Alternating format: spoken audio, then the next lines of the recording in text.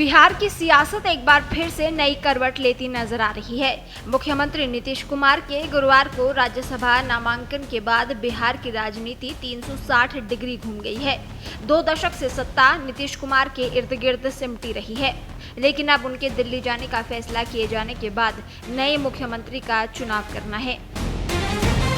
नीतीश कुमार के चारों सदन के सदस्य बनने की ख्वाहिश पूरी होने के साथ ही बिहार में सत्ता परिवर्तन की इबारत लिखी जा चुकी है।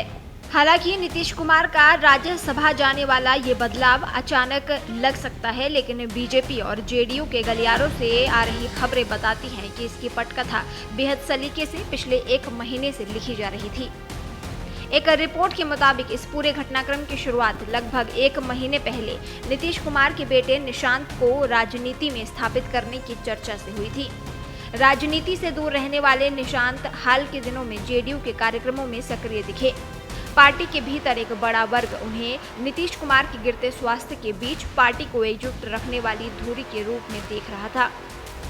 शुरुआत में चर्चा ये थी कि निशांत को राज्यसभा भेजकर राजनीति की बारीकियां सिखाई जाएं, लेकिन बीजेपी के रणनीतिकारों, विशेषकर केंद्रीय गृह मंत्री अमित शाह ने इसे एक बड़े अवसर के रूप में देखा। शाह का मानना था कि नीतीश कुमार का स्वास्थ्य एक गंभीर चिंता है और उन्हें राज्यसभा भेजकर एक सम्मानजनक विदाई का रास्ता देना ही सबसे बेहतर विकल्प होगा। अक्टूबर 2025 के विधानसभा चुनाव परिणामों में बीजेपी को 89 और जेडीयू को 85 सीटें मिली थी। उस दौरान एक रिपोर्ट में लिखा गया कि बीजेपी नेतृत्व को लगा कि ये नीतीश कुमार को पद छोड़ने के लिए मनाने का सबसे सही समय है। सूत्रों का कहना है कि बीजेपी नेताओं को डर था कि अगर समय बीत गया तो जेडीयू जमीन पर फिर से मजबूत हो जाएगी और तब मुख्यमंत्री की कुर्सी खाली करवाना मुश्किल होगा।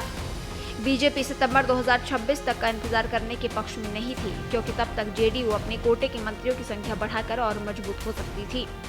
इस पूरे ऑपरेशन को अंजाम देने के लिए अमित शाह ने जेडीयू के 3 दिग्गज नेताओं लल्लन सिंह, संजय झा और विजय कुमार चौधरी के साथ कई दौर की बैठकें की।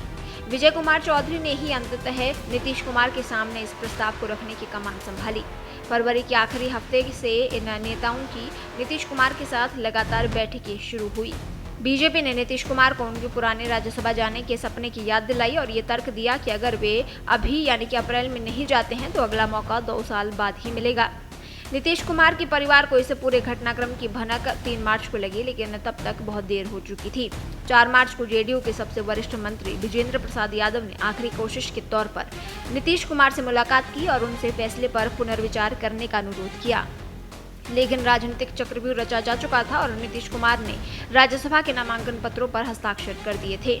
समझौते के तहत निशांत अब दिल्ली की बजाय बिहार की राजनीति से अपनी पारी शुरू करेंगे। नीतीश कुमार का ये जाना बिहार की राजनीति में एक युग का अंत है। जो नेता कभी सुशासन बाबू के नाम से जाना जाता था, उसने अपने बेटे के राजनीतिक भविष्य और स्वास्थ्य कारणों के चलते सीएम पद को अलविदा कह दिया। देश दुनिया की ताज़ा खबरें और वीडियोस के लिए अभी डाउनलोड करें पत्रिका ऐप।